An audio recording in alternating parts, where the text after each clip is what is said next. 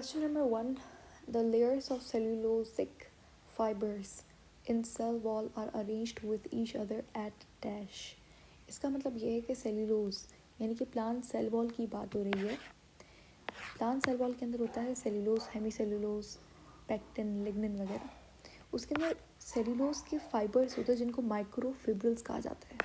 ये microfibrils arranged होते हैं कुछ इस मैनर के अंदर, इस तरीके से. इसे कहते हैं criss cross arrangement.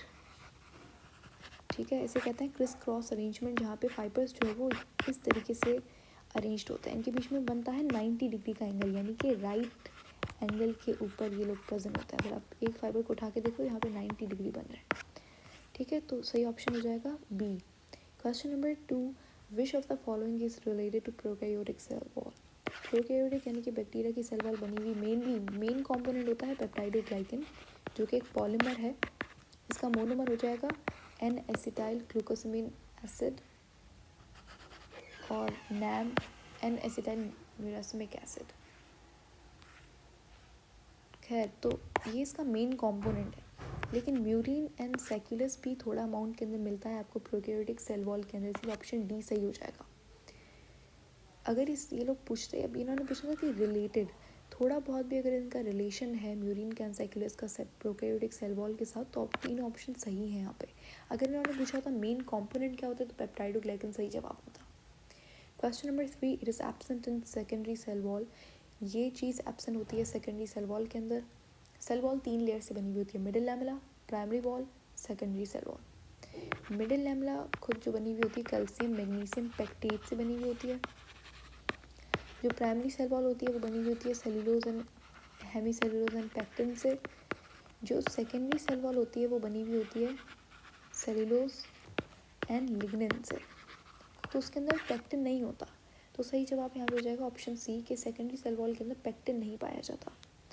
Question number 4. Which is related to plasma membrane says that all of the following are common molecules. यानी कि ये सब कॉमन मॉलिक्यूल्स हैं दुनिया की हर मेम्ब्रेन के अंदर. ऑल टाइप ऑफ सेल्स, यानी कि कोई भी सेल हो उन सब के अंदर, उन सब की प्लाज्मा मेम्ब्रेन के अंदर आपको ये तीनों कंपोनेंट्स मिलेंगे, सिर्फ एक के अलावा. वो कौन सा है? तो ग्लोबुलर प्रोटीन भी मिलेगा, थोड़ा बहुत ट्रेस यानी कि बहुत कम क्वांटिटी में कार्बोहाइड्रेट भी आपको प्लाज्मा मेम्ब्रेन में मिलेगा. फॉस्फोलिपिड तो मिलेगा ही मिलेगा. कोलेस्ट्रॉल नहीं, कॉमन नहीं है. कोलेस्ट्रॉल हर टाइप के सेल में नहीं मिलता. कोलेस्ट्रॉल बहुत कम तरह के सेल में मिलता है. प्लांट के अंदर कोलेस्ट्रॉल प्रेजेंट ही नहीं होता, तो कोलेस्ट्रॉल सही जवाब हो जाएगा except cholesterol. Question number 5. Hydrophobic portion of plasma membrane is present in at. यानी कि हाइड्रोफोबिक पोर्शन फॉस्फोलिपिड का अगर आप स्ट्रक्चर देखो, ये है हाइड्रोफिलिक पार्ट, ये है हाइड्रोफोबिक पार्ट. हम लोग प्लाज्मा मेम्ब्रेन के अंदर फॉस्फोलिपिड का अरेंजमेंट कुछ इस तरीके से करते हैं. जो हाइड्रोफिलिक पार्ट होता है वो बाहर आता है, और जो हाइड्रोफोबिक पार्ट होता है वो सेल वॉल के अंदर वाले कंपोनेंट, इनर कंपोनेंट में चला जाता है. देख रहे हो आप, ताकि इसको पानी के कांटेक्ट में आने की ज़रूरत ना पड़े. तो ये inner portion of plasma membrane में प्रेजेंट होता है. ऑप्शन सी सही हो जाएगा. Question number 6. Which of the following describes the fluid mosaic model of plasma membrane structure.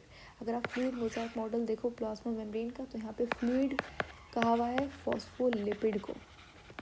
और मोज़ेक का मतलब होता है कि किसी भी चीज़ के फ्लो के अंदर रुकावट लाना. तो प्रोटीन यहाँ पे एज अ मोज़ेक काम कर रहा है.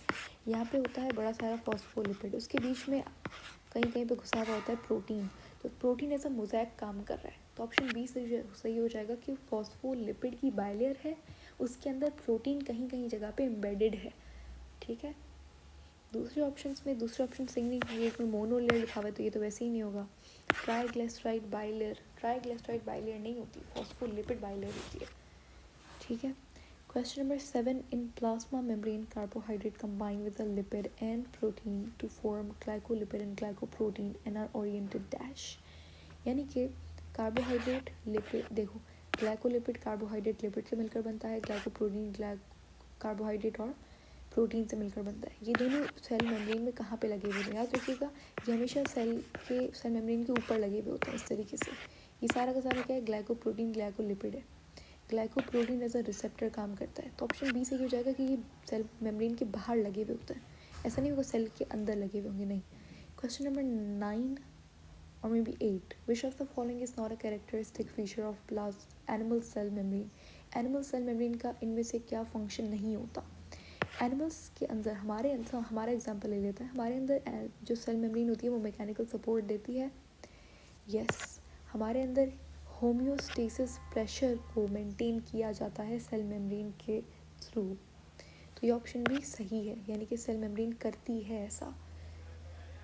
Option number C, regulate passage of molecules. ये भी होता है क्योंकि सेल मेम्ब्रेन सेलेक्टिवली परमेबल होती है, किसी चीज़ को आने देती है, किसी को नहीं आने देती. तो रेगुलेशन भी करती है, मॉलिक्यूल्स अंदर आएंगे, कौन से जाएंगे. ऑप्शन डी सही नहीं है क्योंकि हमारे अंदर ऑस्मोटिक प्रेशर, ऑस्मोटिक लिसिस, इस तरीके की कोई चीज़ नहीं होती. ये ज़्यादातर फंक्शन होता है वो प्लांट की सेल वॉल का होता है. तो ऑप्शन डी इज़ राइट.